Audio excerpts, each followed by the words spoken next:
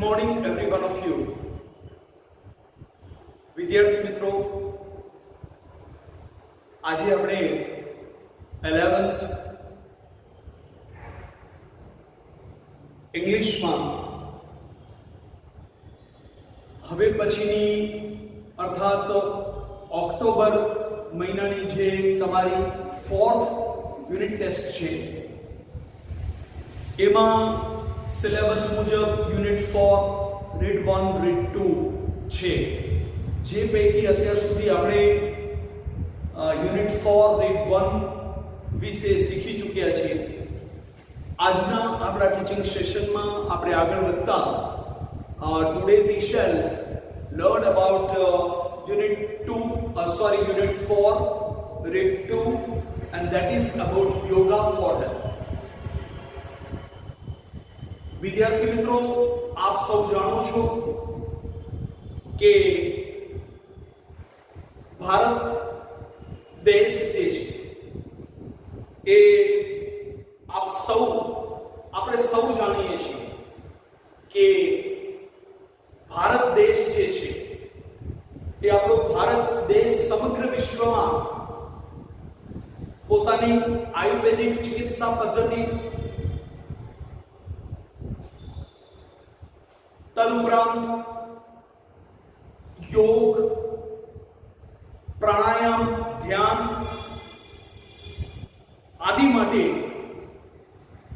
ભારત જે છે એક હબ કહી શકાય. યા કહો કે ભારત એ એનું ઓરિજિનલ સોર્સ છે અને આ બધું આપણને પ્રાપ્ત થાય છે વેદો, ઉપનિષદો અને પુરાણો. અત્યારના સમયમાં કહીએ તો યોગ ગુરુ બાબા રામદેવજી મહારાજે ભારતમાં યોગને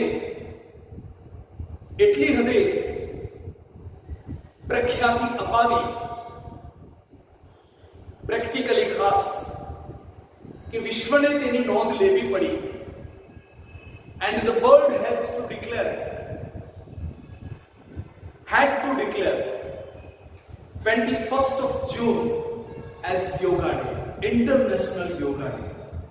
માટે જ વિશ્વને ભારતીય સંસ્કૃતિ પાસે રહેલી આ મહામૂલી યોગની જે ભેટ જે છે એનું મહાત્મ્ય, એની અગત્યતા, એની આપણા જીવનમાં ઉપયોગિતાને સ્વીકારવી પડી અને વિશ્વને 21મી જૂન યોગા દિવસ તરીકે જાહેર કરવો પડ્યો. બહુ ખુશીની વાત છે આપણા સૌ માટે, બરાબર? અને નો ડાઉટ હવે અત્યારની જનરેશન જે છે એ જીમમાં જવાબના બદલે હવે યોગ અને પ્રાણાયામ તરફ વળી છે. કારણ કે જિમ્નેસ્ટિક્સમાં તમારું માત્ર અને માત્ર જેને કહીએ કે એક પ્રકારનું મસ્ક્યુલર ડેવલપમેન્ટ થાય છે, એ સ્ટ્રેન્થ વધે છે તમારી, એ દ્રષ્ટિએ વાઇટાલિટી વધે છે તમારી, બરાબર? એ દ્રષ્ટિએ કહીએ તો તમારી એનર્જી વધે છે.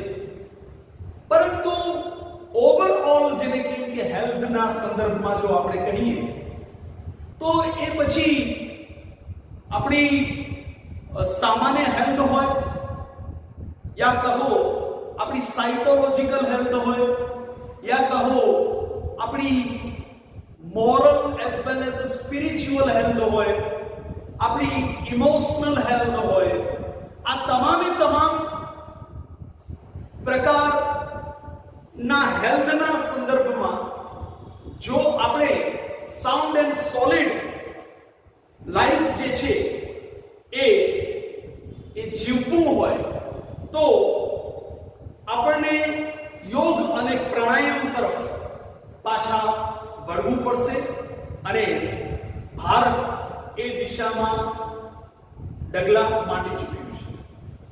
એમાં કોઈ આશ્ચર્ય કે નવીનતા નથી.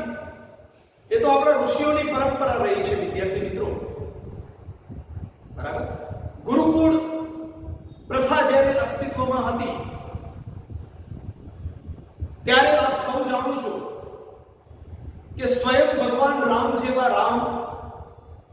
ભગવાન શ્રી કૃષ્ણ આદિ જે આપણા દેવો થઈ ગયા, એમણે સૌએ ગુરુકુળમાં જ્યારે વેદ ઉપનિષદોનું શિક્ષણ પ્રાપ્ત કર્યું ત્યારે એમના માટે યોગ, પ્રાણાયામ, ધ્યાન એ ફરજિયાત, બરાબર. અને ભારતીય સંસ્કૃતિ તો એટલે સુદ્ધા માને છે કે યોગ અને ધ્યાન એક એવી ફોર્મ્યુલા છે, એક એવું ટૂલ છે, એક એવું માધ્યમ છે જે જીવને શિવ સુધી પહોંચાડી શકે છે. અર્થાત આપણે આત્માનો, પરમાત્માનો સાક્ષાત્કાર પણ કરી શકીએ છીએ. તો ટૂંકમાં યોગ વિશેની થોડીક અનૌપચારિક ચર્ચા પછી હવે આપણે આપણું લેસન શરૂ કરીએ છીએ. પેજ નંબર 41 ઉપર yoga is one of the most ancient science of India.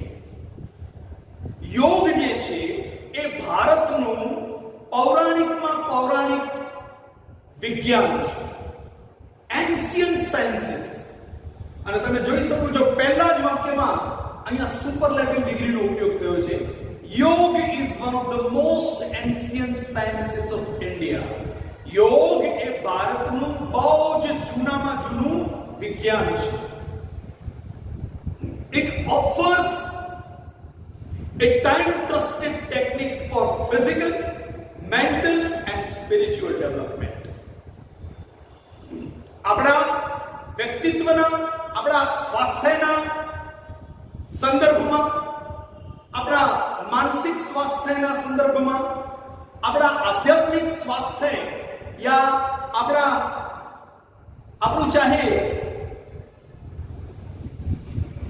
સ્વાસ્થ્યનો વિકાસ હોય, સ્વાસ્થ્યનો મનોવૈજ્ઞાનિક વિકાસ યા કહો કે આધ્યાત્મિક વિકાસ જે છે એ તમામે તમામ ત્રિપરિમાણાત્મક વિકાસ, બરાબર.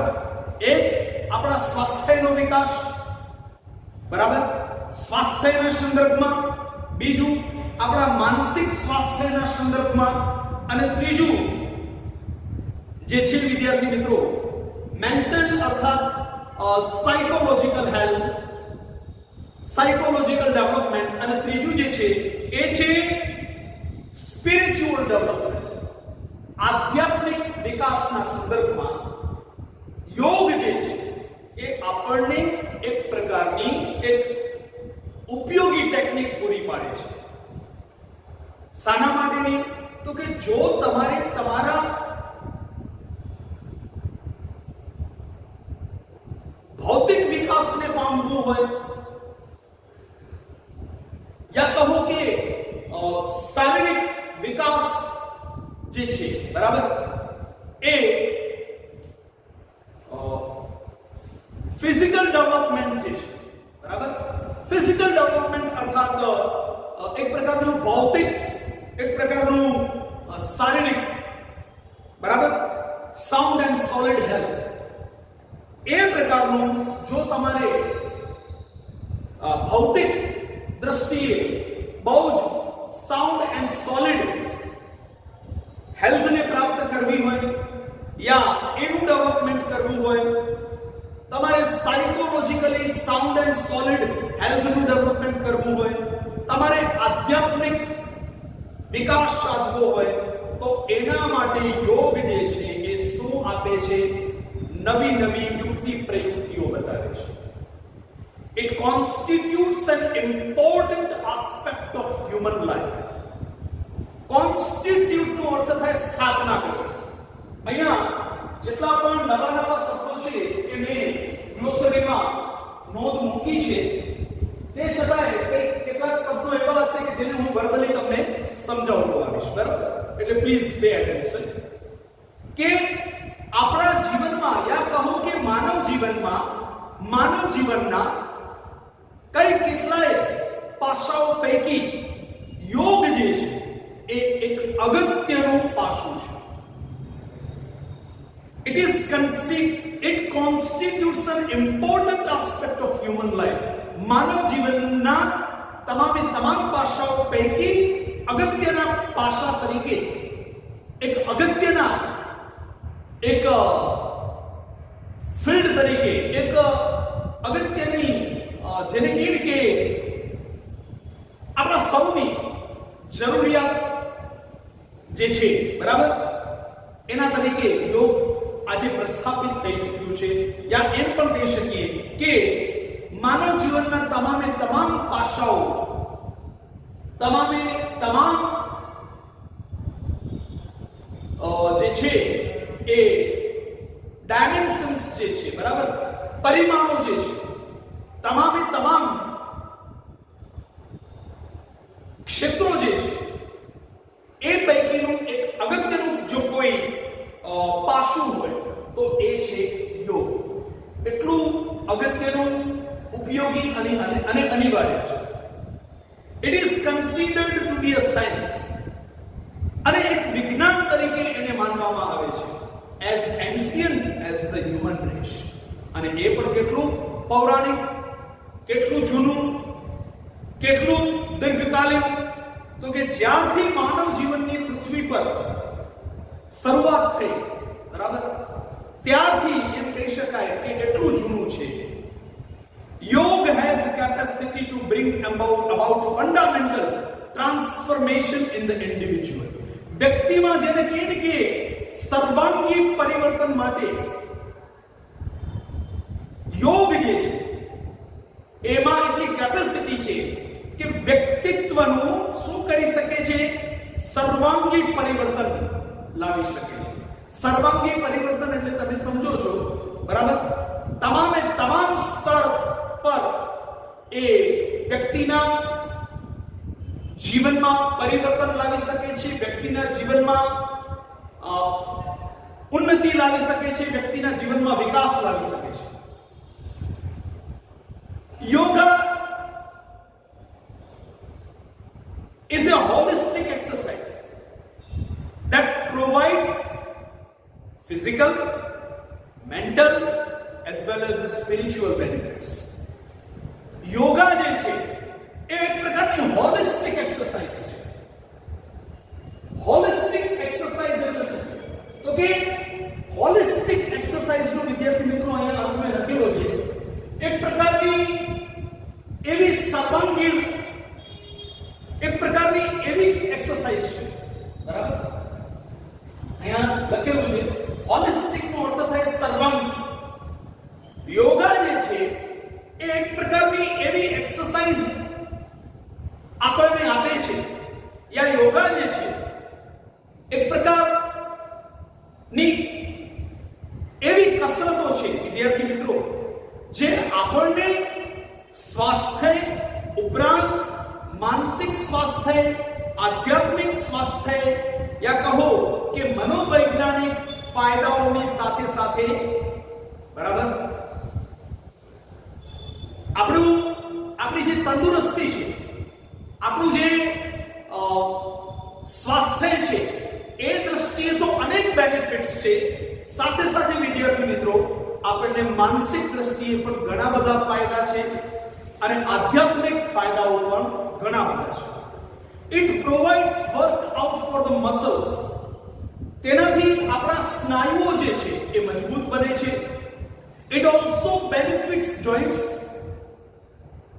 ligaments and the skeletal system by improving flexibility and balance. Yoga જે છે એનાથી અન્ય ફાયદાઓમાં જો જોવા જઈએ તો વિદ્યાર્થી મિત્રો એનાથી benefits joints, ligaments and the skeletal system by improving flexibility and balance. Yoga જે છે એ આપણા જેને કહીએ ને કે શું કહી શકાય એને આપણે,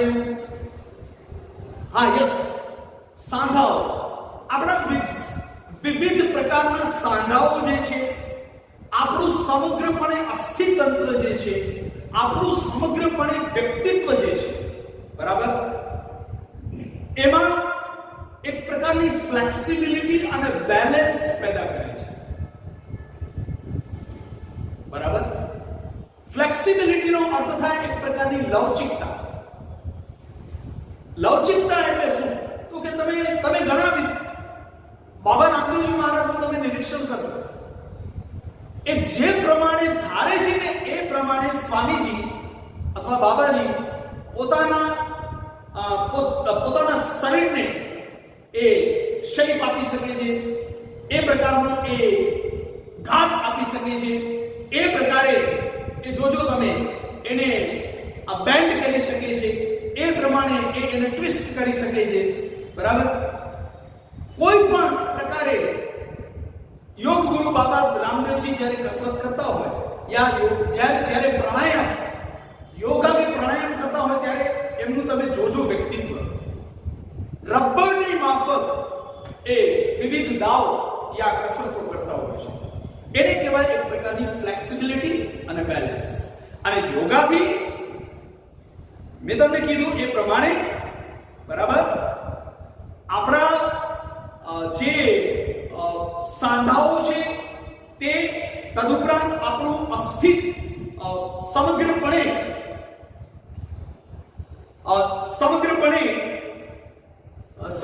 આપણું જે વિદ્યાર્થી મિત્રો અસ્થિતંત્ર જે છે, જેમાં વિવિધ પ્રકારના હાડકા, વિવિધ પ્રકારના સ્નાયુઓ, વિવિધ પ્રકારની નસો, બરાબર, વિવિધ પ્રકારની અસ્થિઓ આવેલ છે, બરાબર. એને, બરાબર, અસ્થિતંત્ર એટલે તમે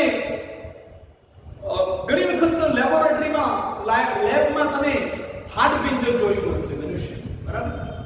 તો અહીંયા કયા અર્થમાં છે કે સમગ્રપણે આપણા હાડકા, આપણા સ્નાયુઓ, આપણી નસો, આપણું સમગ્રપણે જે અસ્થિતંત્ર જે છે એને એ ફ્લેક્સિબલ બનાવે છે, એમાં એક પ્રકારનું બેલેન્સ ક્રિએટ